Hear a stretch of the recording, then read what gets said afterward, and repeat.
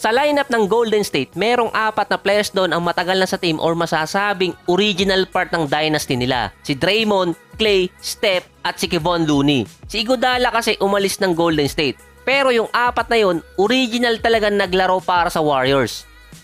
Sa 4 na players na yan, merong isa ang promising talaga kung na-convert niya sa NBA yung ginawa niya sa high school. Baka hindi lang 3 or 4 ang championship ng Golden State. Baka hanggang ngayon, either nasa West Finals sila or kahit na injured si Klay ay nasa finals pa rin yung Golden State ngayon. So medyo exaggerated lang ng konti, pero ito nga si Kevon Looney, nakalagay naman sa thumbnail. So bakit nga ba? Na mga 2010 era, lagi nyo naman naririnig yung next Kevin Durant, next LeBron, dahil nga yung mga players na yun ay build talaga para mag-dominate sa NBA. Base yon sa physical attribute at skills ng dalawang players. Si KD at LeBron pumasok sa era na noon ay naninibago pa ang mga fans at yung iba mga players sa 6'8 pataas na kayang umiscore sa labas. Si Kevon Looney or mas kilala sa YouTube channel natin bilang Hari ng Tugma ay nasa build ni Kevin Durant. 6'9 na 220 pounds pero noon ay halos kabuild talaga siya ng katawan ni KD at yung laruan niya. Ngayon balikan natin ang naging kwento niya. Nagmula siya ng Wisconsin o sa Milwaukee. Nung bata pa siya, ang isa sa paborito niyang pagkain ay cheese. Kaya nga palangiti itong si Looney. So shoutout na lang sa nakagets. Nagkaroon pa nga siya noon ng stomach problem dahil sa sobrang pagkain niya ng cheese.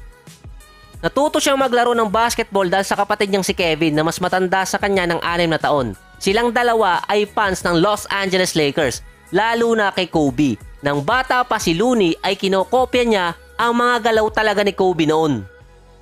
Dahil sa expose na sa basketball nung bata pa siya at si Kobe ang ginagaya niya na meron pa siyang height na 6'6 nung papasok na siya ng high school ay nagkaroon siya ng malaking advantage kumpara sa kanyang mga kalaban. Siya din ang pinakamalaki sa lineup nila sa high school. Ibang-iba din ang laro ni Kevon Looney sa Golden State kahit nung sa college kumpara nung naglalaro pa siya sa high school.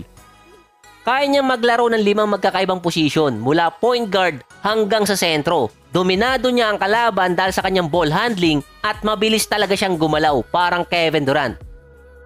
Kapag panonoorin mo mga highlights nitong si Kevon Looney sa high school, medyo parang naka-fast forward ng konti. Sa freshman year pa lang niya, nire-recruit agad siya ng Marquette University at Wisconsin.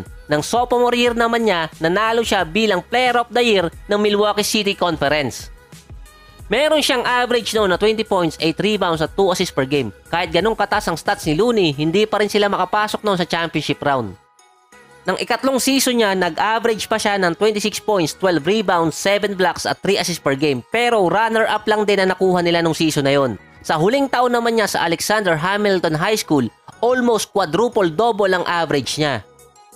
So naghanap talaga ako ng game na meron siyang stats na talagang quadruple-double. So wala akong mahanap. Sinasabi lang kasi sa mga report, near quadruple-double ang stats talaga niya na mahirap ding gawin. Na meron siyang 27 points, 12 rebounds, 7 assists at 8 blocks.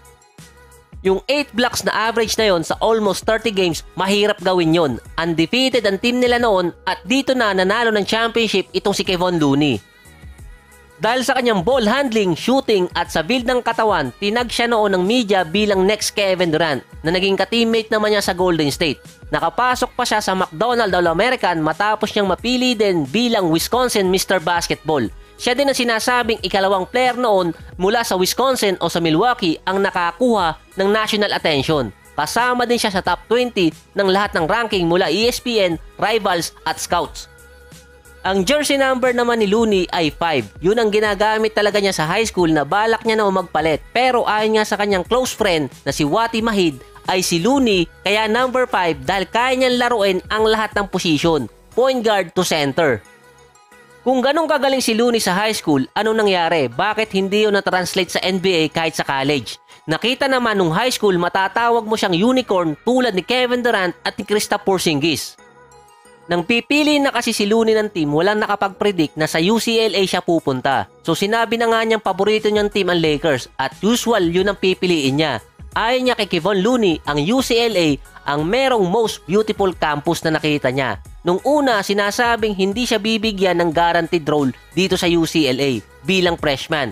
Pero dahil nga sa skill set niya, mabibigyan talaga siya ng pagkakataon bilang isang all-around player. So dito na kasi nangyari kung bakit ibang version ang nakikita natin sa Golden State ngayon. Nang summer bago talaga yung kanyang freshman year, ang guard nila na si Isaac Hamilton ay nabagsakan ang paa ni Looney nung nakikipag-agawan siya sa rebounds. Nagkaroon noon si Looney ng hip injury pero pinahinga yun ng 3 linggo bago yung regular season. Sinasabi ding hindi siya nakamintis ng practice kahit meron siyang injury. Yun din ang sinasabing nagpabago ng kanyang skill set, lalo na sa lateral movement at yung speed ni Looney, nagbago ng malaki. Ayon pa sa report, parang nagkaroon ng trauma itong si Looney sa college dahil sa injury na yon. Umiiwas siya kapag meron charging direction. Bumagal din ang galaw ni Looney na para talagang meron siyang injury dinadala buong season. Pero sinasabi namang gumaling yun.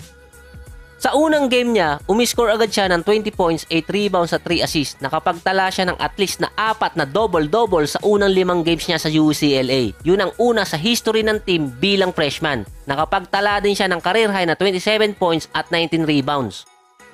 Sa NBA career ni Looney as of March 10, meron siyang total na 10 out of 58 mula sa Beyond the Arc. Sa 36 games niya sa college ay meron naman siyang total na 22 out of 53 na merong 41% yun. Mataas yun kung college level. Isa pa doon, hindi masyadong nabibigyan din ng mga plays si Looney sa UCLA na mostly yung kanyang mga points ay nanggagaling sa mga follow-up dunks, pass break at open shot.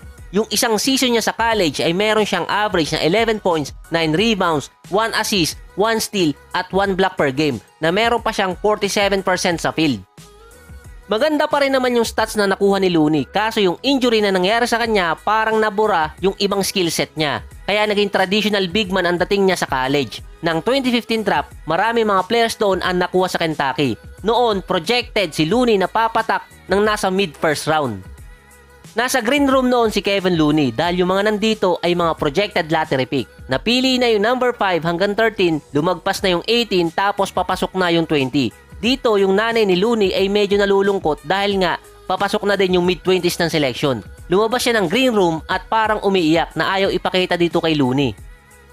Papunta siya ng CR nang makita naman siya ni Commissioner Adam Silver. Sinabi ni Commissioner dito sa nanay ni Looney na lahat ng bagay mayroong rason. Pinabalik siya ng green room at noon na iba na ang ekspresyon niya. Papatapos na yung mid-20s ng pick, dito naman bago talaga matapos yung first round ay napili naman si Looney bilang 30th overall ng Golden State.